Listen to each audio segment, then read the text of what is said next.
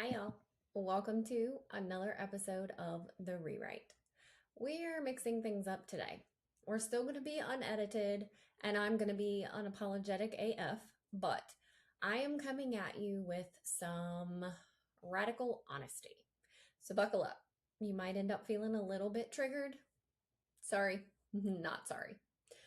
Over the years, I have been asked thousands of questions, probably, from being a nurse and then as an author, as a divorced woman, as an ex wife, as a divorce coach, as someone who has survived family court, as a new wife, a stepmom, a mom, a woman whose husband spent 30 days in jail, as a grieving daughter, as someone who lost a lot of weight, um, someone who found herself despite all of those things, good and bad. Some versions and some answers are going to be funny. Some of them are going to hurt like hell to answer, but I'm going to answer them anyways. And I'm going to answer them the only way I know how, which is without polish and unapologetically, because this is the rewrite, the uncaged version. So let's dive into the very first question. Do you still believe in happily ever after? Yes. Yes. With my whole heart. Not in the glass slipper type of way, though. Not a prince rescuing me from a tower, not belonging to someone else. I'm rescuing my damn self here. I don't need nor want anyone to do it for me. I gave that power away once, and it took years and a lot of pain to get it back. I'm not willing to hand that over to anybody else. I am my own damn hero, and I kind of like it that way. And truly, my happily ever after that I have created for myself doesn't look like a fairy tale, and it doesn't look like wealth or fancy cars or giant house or dream vacations. And if your happily ever looks like that, please understand I am not saying anything negative. I'm super glad and kudos to you for creating whatever that looks like. But for me, it looks like silence that doesn't terrify me, safety that is steady and consistent and sure. It looks like imperfection, living by my own expectations and no one else. It looks like success that can only be measured in my peaceful heartbeats, not in bank account figures. So, next question. If you could go back, would you still marry your ex? Yes, I would. Now hang with me. I know a lot of people not liking that answer. They're going to be like, girl, are you crazy? He must not have been that bad. No, he wasn't great. I won't sugarcoat that because we don't do that here. But if I'm really looking at it, he taught me a lot about myself. He helped me grow in ways that, to be honest with you, wouldn't have happened without him.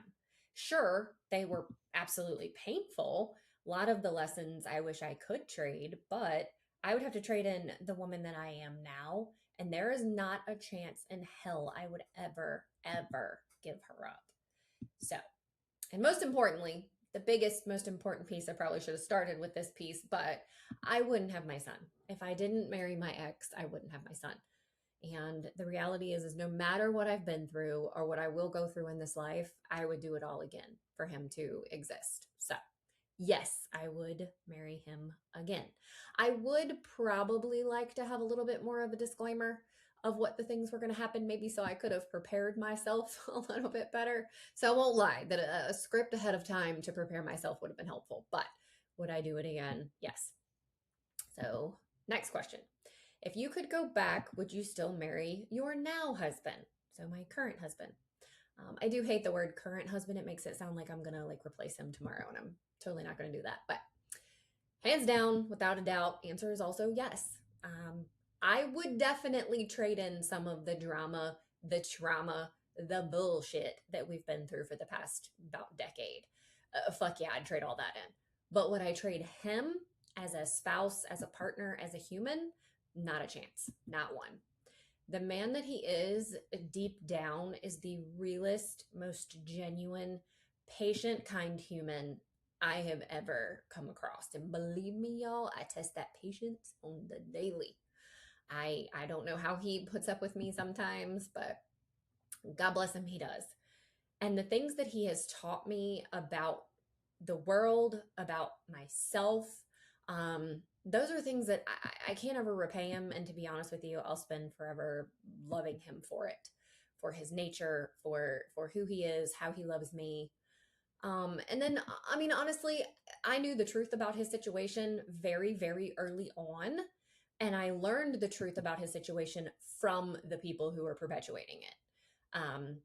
Read my book if you want more details, because I could go on forever over that. But I learned the truth of the matter from these people. So I had no misconceptions or second thoughts or connotations from the very beginning about his innocence or his guilt. I didn't, I knew the situation for what it was. So, kind of a rabbit hole, but whether you believe in astrology or signs, it's up to you, and you don't have to. But I do believe in them. So if you don't, you think that's woo woo, then go ahead and fast forward. But as a Libra, I'm a Libra through and through, and we're justice seekers. Our sign is literally scales.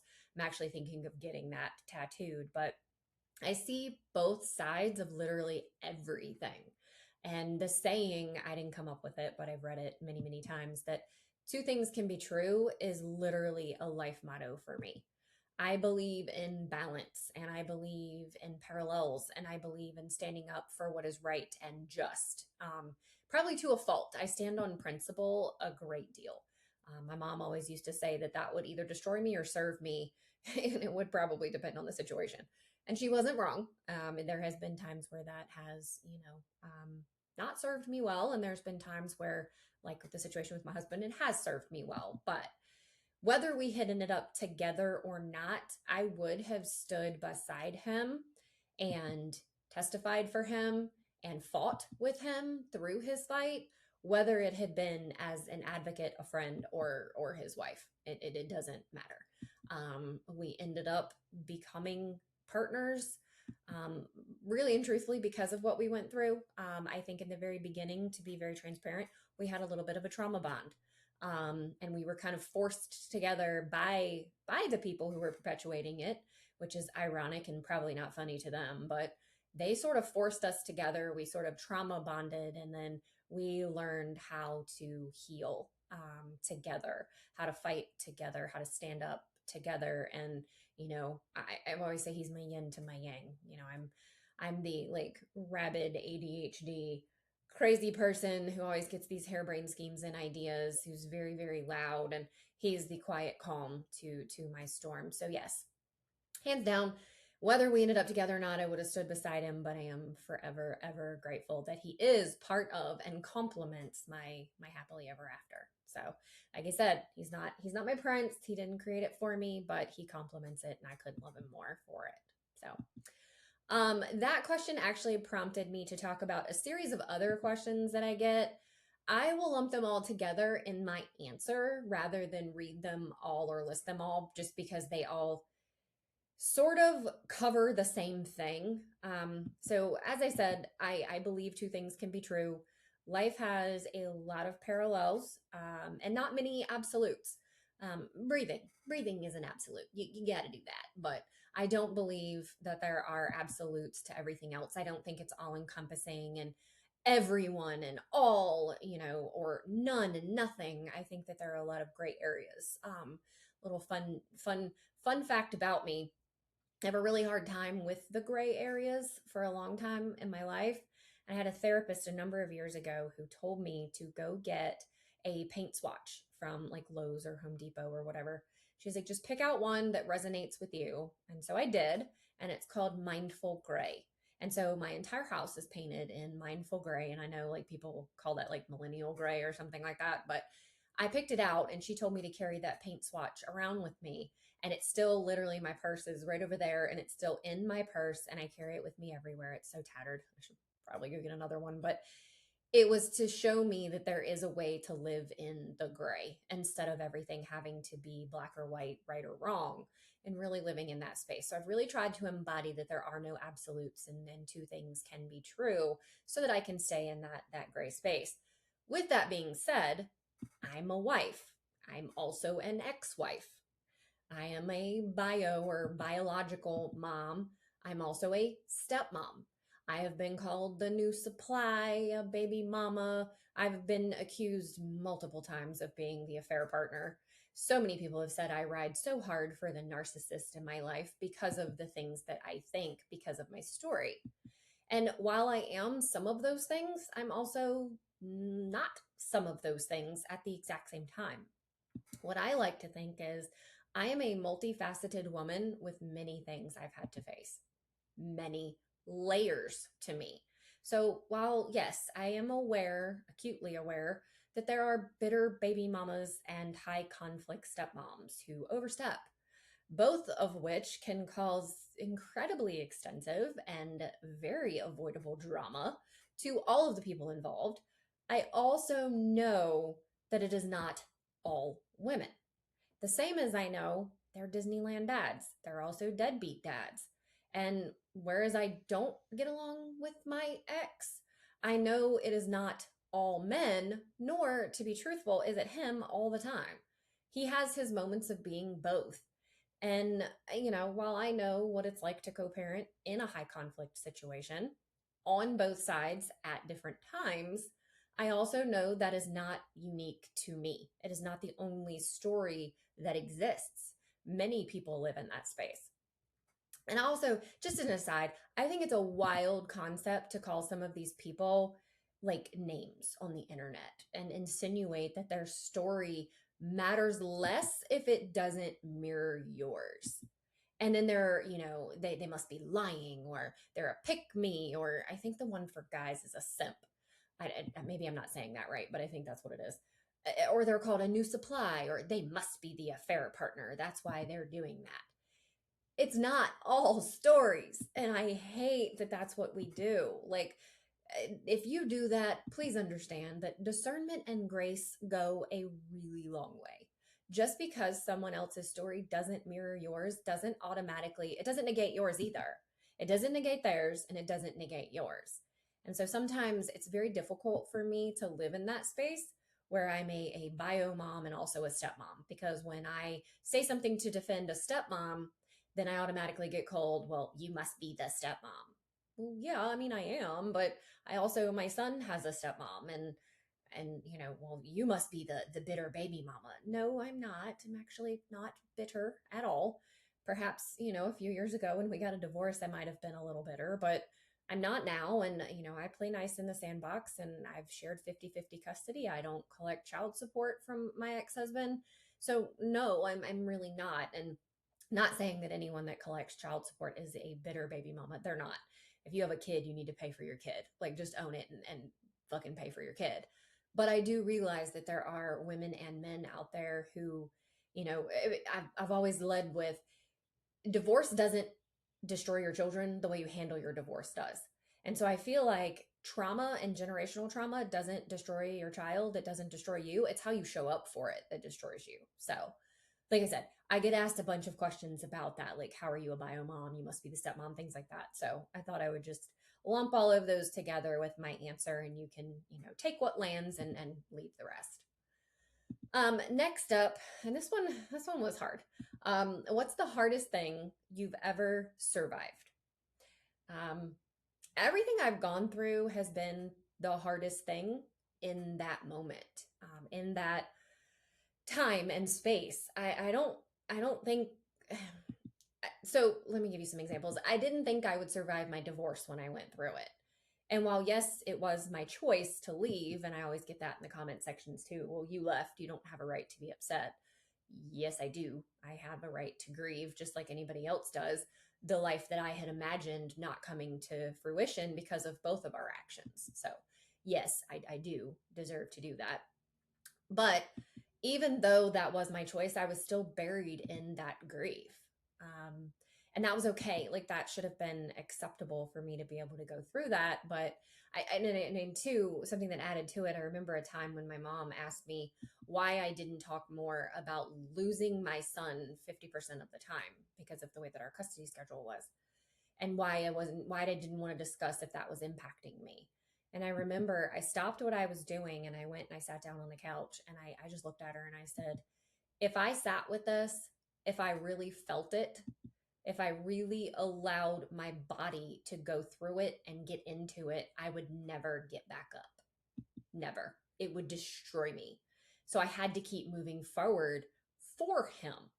So even though it was hard in the moment, and I look back on some of those times, and even now that he's a teenager, and we've been doing this for 10 years, I still have moments where I miss him being here. And, I still grieve that part of my life that we don't live under the same roof, 100% of the time, and things like that. But I recognize now that that wasn't necessarily the hardest thing I was ever going to go through. And clearly it's because I've gone through a lot more since then. But it was in that moment that it felt like I was never going to move past it. Another time for me was when I lost my big brother. It was right at the start of my husband's criminal trial. And yes, you heard that right.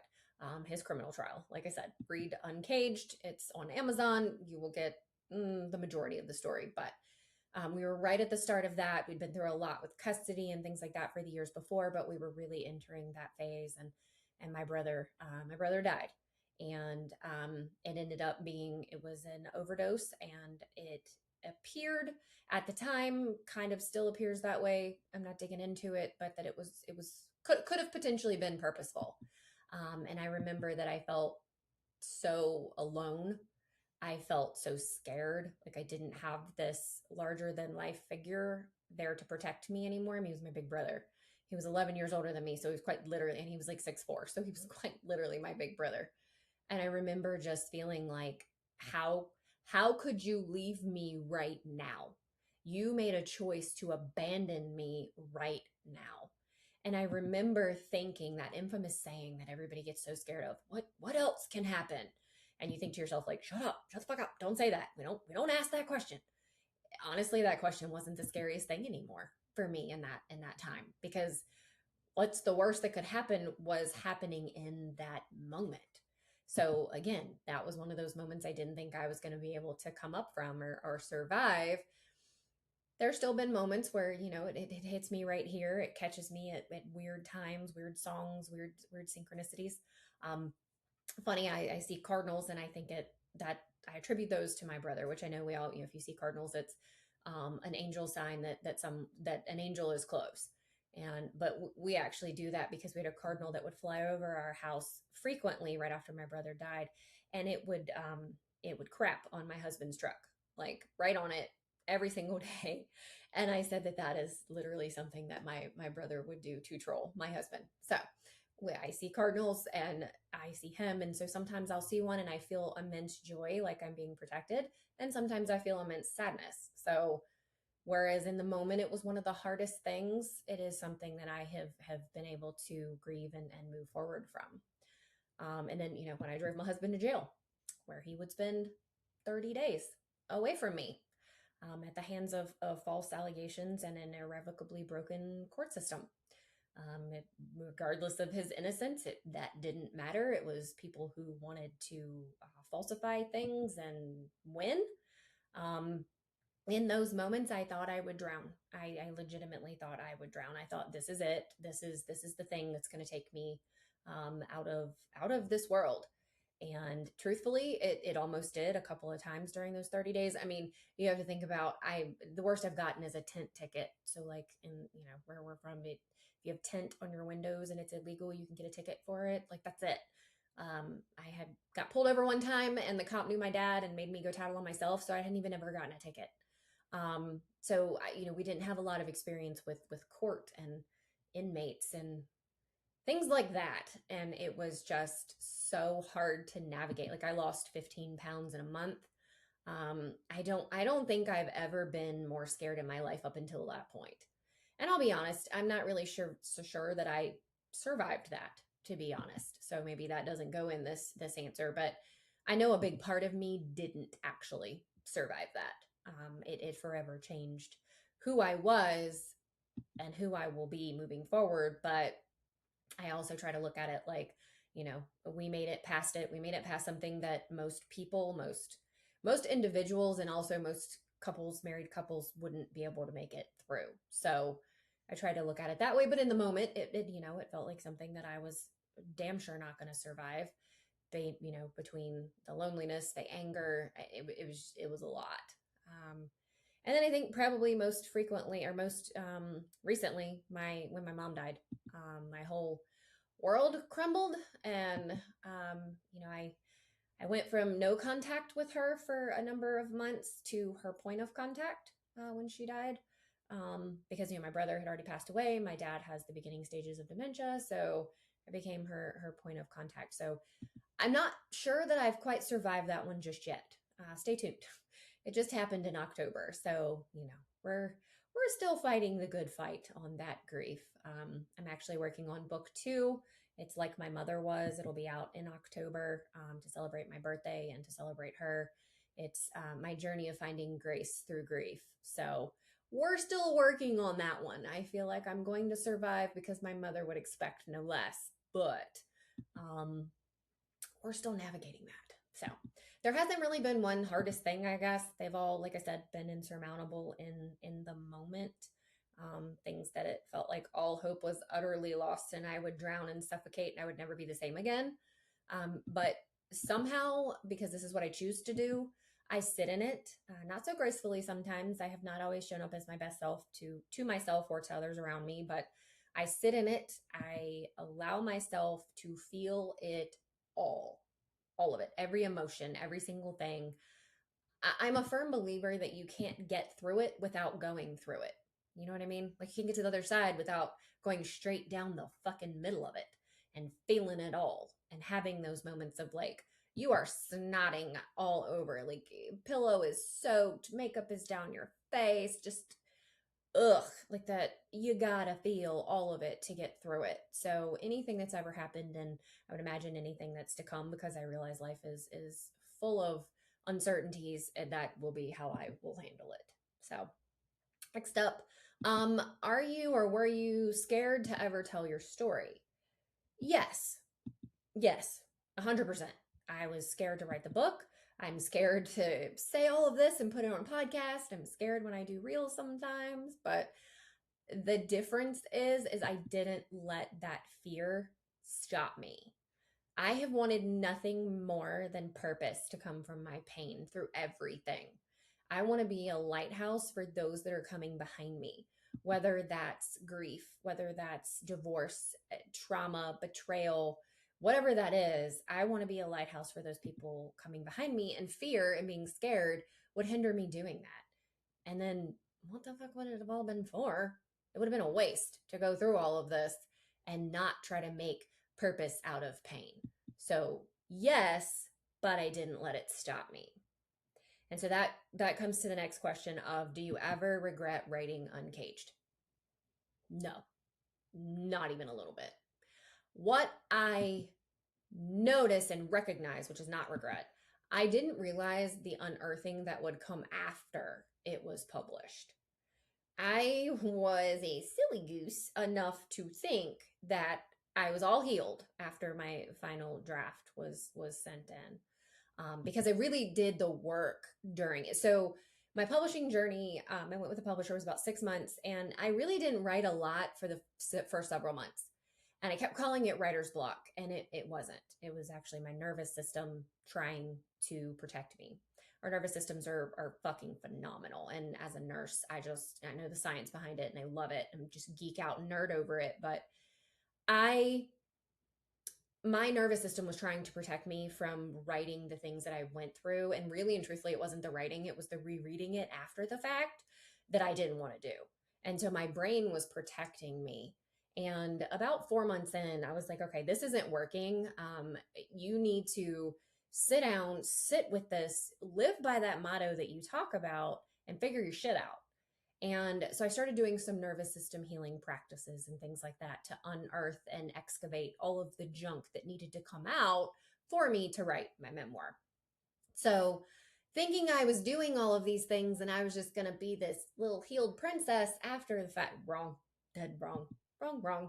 I haven't been wronger, more wrong, I know that's not a word, than anything about anything in my whole life.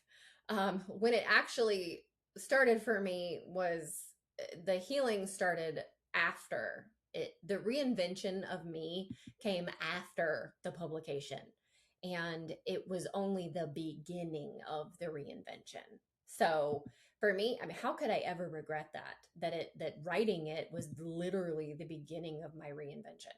I mean, the whole time I'm sitting here thinking I'm going to be reinvented and healed when I'm done. Nah, girl, you got a lot of work to do. But I am forever grateful for that. And sure, I've had people, they've asked, were you scared, or do you regret that people were going to read it or they have now read it? No, not in the slightest. If anyone has a problem with what I wrote, I have always said from day one, and in anything I've written or posted about my book, they should really do some self reflection. Because having a problem with what I wrote really says more about them than it does me. I'm a firm believer if people want you to write or speak more fondly of them, perhaps they should have acted more fondly. Just saying, just putting that out there. And if that triggers you, good, use it to motivate you. But funny thing, my book was actually published in January of 2025, and it took until September of 2025 for my mother to even mention it to me. And she knew about my pub day, and I knew she had a copy of it. I saw it, and so I knew she had a copy of it, but she would not say anything to me about it. We were on again, off again, no contact during that time frame. But even when she would talk to me, she would not mention it. But my book actually ended up being a catalyst for a conversation with her that I don't believe would have happened ever had it not been for the book. Now, don't get me wrong, she didn't apologize. That's not her style. That's not what my mama was about. But we were able to come to an understanding of sorts and be able to kind of see each other's perspectives on my childhood, on some things with her that really made way. It kind of gave way for a level of forgiveness to come in for me. It was forgiveness that I had spent decades prior to that trying to give her, trying to find any little shred of hope or peace or grace to be able to give her. And I was able to do that in September. So, 9 months after my book published, it finally became that catalyst. And she actually died a little over a month later after we had that conversation. So, if there had been any regret prior to that moment, fuck no, there's not regret now, because I was able to have that conversation because of that book with my mother before she died. So, no, there is never was, but even if there was, that would have erased any of it for me. So, whew, little hard bit of a moment. Like I said, it was just October. I'm still living that grief life for now. And from what I'm reading and understanding as I'm going through that process, it may stay with me forever. So no contact or not, that was still my mom. So hard moment. All right, next up, why did you give up nursing? I didn't. Don't really know why I get asked this question. I didn't. I still have my big girl job, as they like to call it. For now, it's only for now, but it's because it serves a piece of my soul. I became a nurse a couple of decades ago to make a difference, to take care of people. And the same as I am now, also a publisher, because, two things can be true, remember? I want to make a difference. So I've not given it up. I will probably always still do some semblance of nursing. Plus, some of you guys might resonate with this. Your girl got student loans, so bills got to be paid. So I still do it. I'm not going to let my nursing license lapse or anything like that. I have a doctorate degree that I'm incredibly proud of. But I did realize through this journey of divorce and losing people that were important to me, and navigating a really broken family court system that traumatized the shit out of me, I did realize that some things in my life needed to change, some things about me needed to change. And nursing was something that I was supposed to do. It was something that I was expected to do. It fit a trajectory of my life at the time that I became one. And it's okay that I no longer believe in doing only the things I'm expected to do. I want to do things I want to do.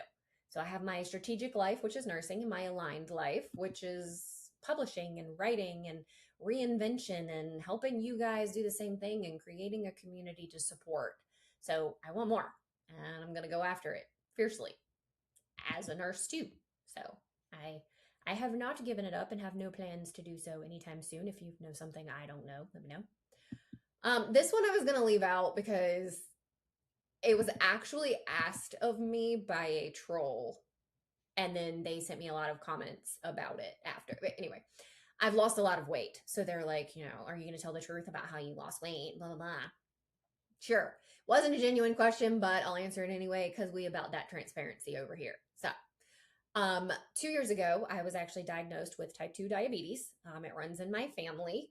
And funny enough, my mom used to look at me and say, one of the reasons I was no contact with her incoming, I would go to eat like a muffin or something, and she would be like, "Are you sure you want to eat that? Your hips are getting a little big." And then when I would get offended, as one naturally would, to a comment like that, she would say that she was just trying to protect me because diabetes runs in the family. Well, uno reverse there, mom. I ended up getting it. But I decided the day that my physician walked in and said, "You have diabetes, despite the fact that your A1C was climbing and you tried to do all the things, it didn't work. You're now full blown diabetic." I looked at her and said, "No, the fuck, I'm not."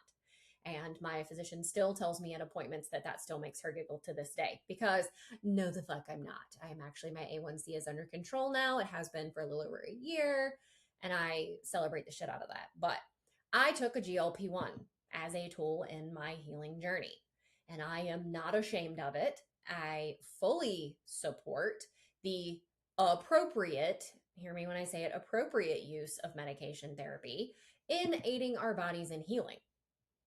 Fully, full stop, full support. As like I said, I'm a nurse with 2 decades of experience.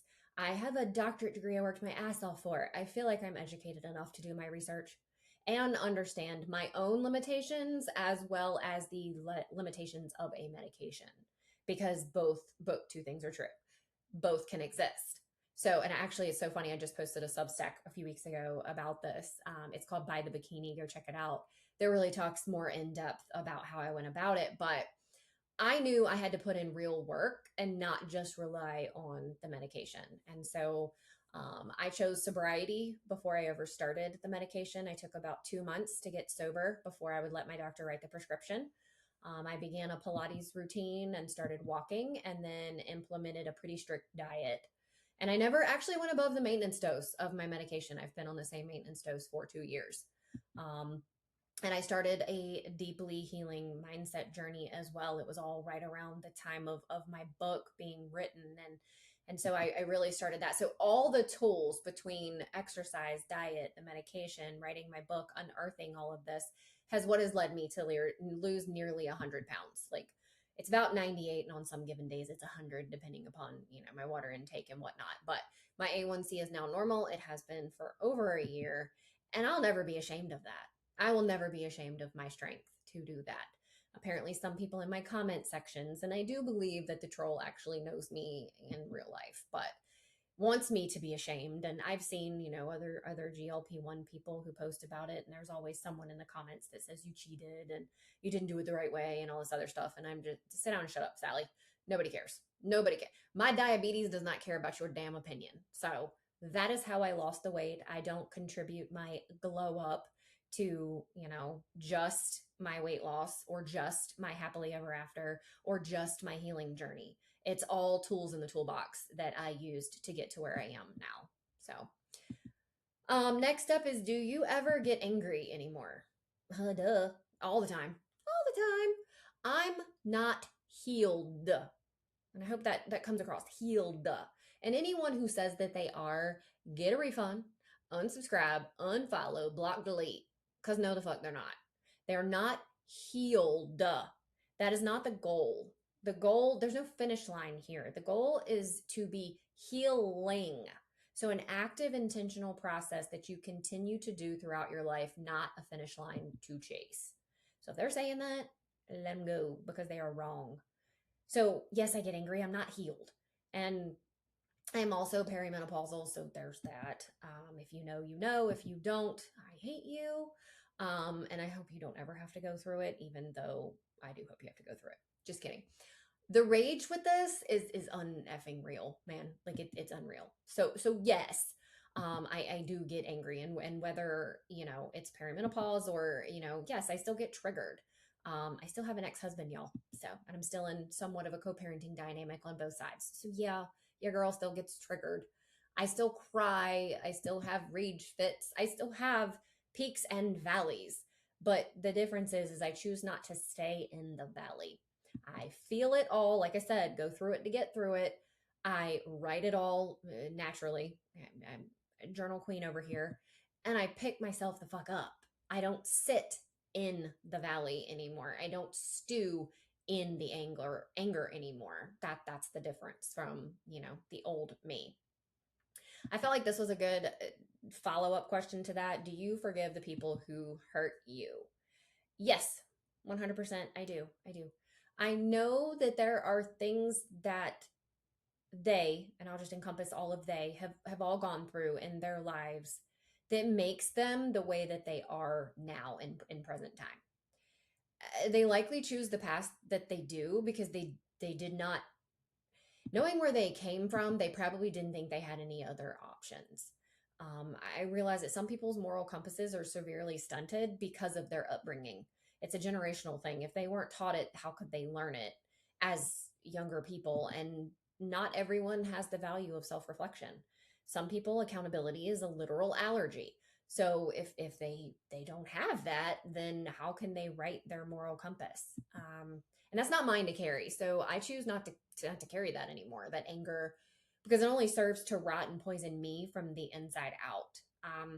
And honestly, that's what happened. I mean, not just diabetes. I got diagnosed with several different things, and it was all from a level of staying in constant fight or flight. And I did that because I was carrying so much hatred, resentment, anger.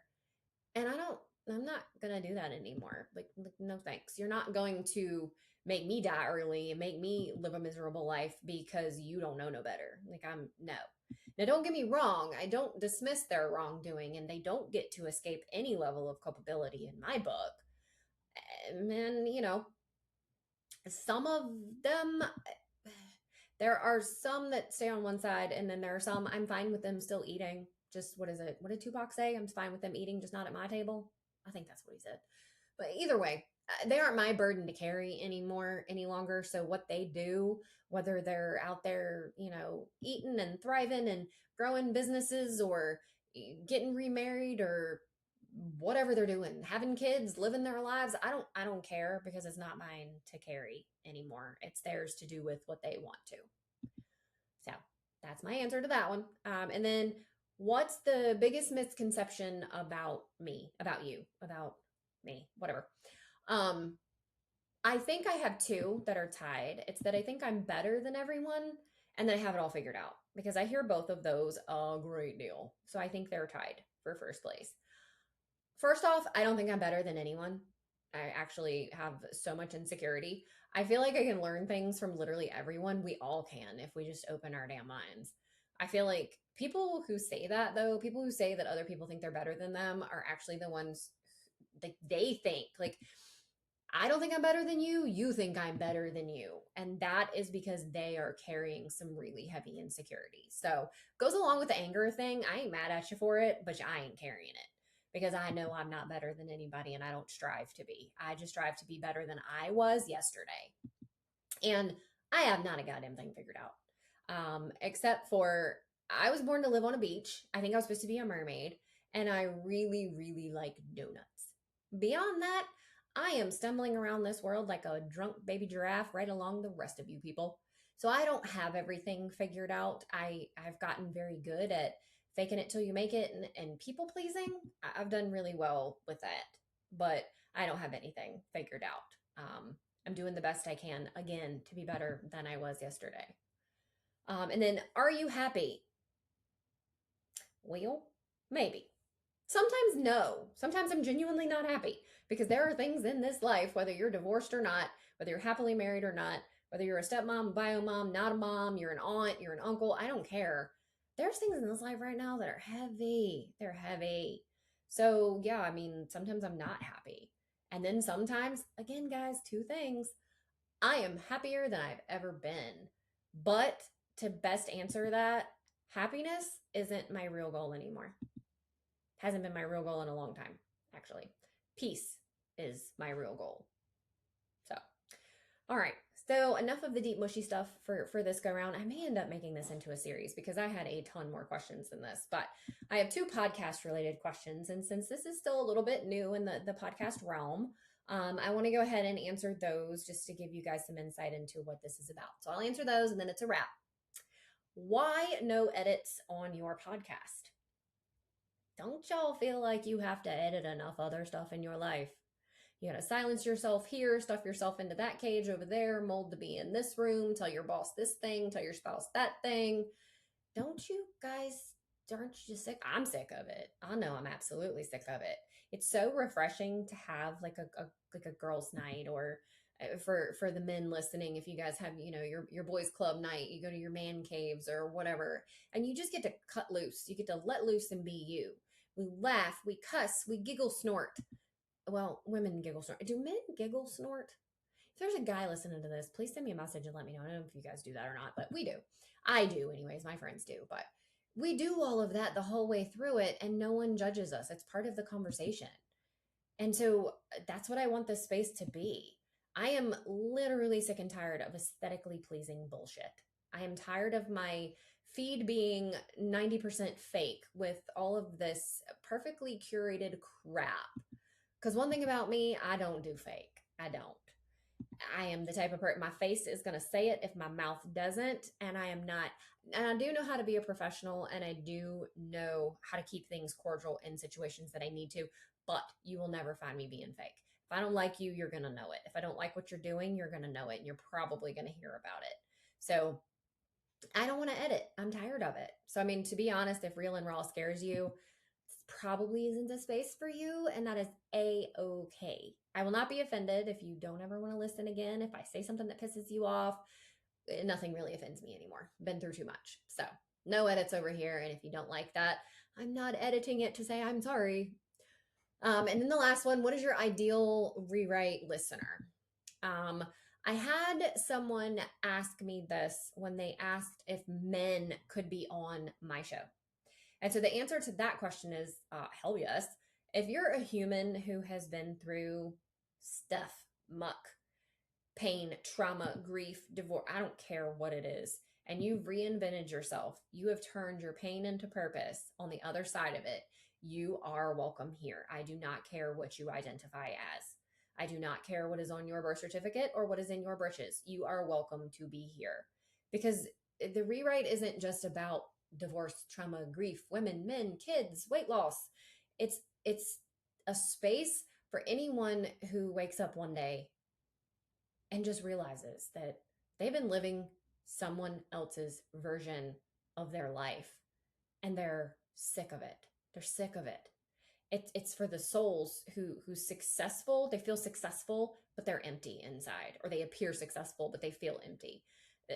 The man who's forgotten who he is, the woman who is sick of being silenced, who is sick of people pleasing, the person who has survived something or survived everything that was meant to destroy them. Because every single one of us gets handed something in our life, some chapter that we didn't choose, we didn't ask for. But every single one of us, man, woman, old, young, whatever, still gets to decide how our story ends. And that is the purpose of the rewrite and this space. And I hope that resonates with you. And I hope that you stick around and stay here because you're welcome to be here. So those are the questions for today. If you've got more you want answered, you can always send me a DM over on Instagram. I am Dr. Court _everafterco, or you can visit my website, drcourtney.me.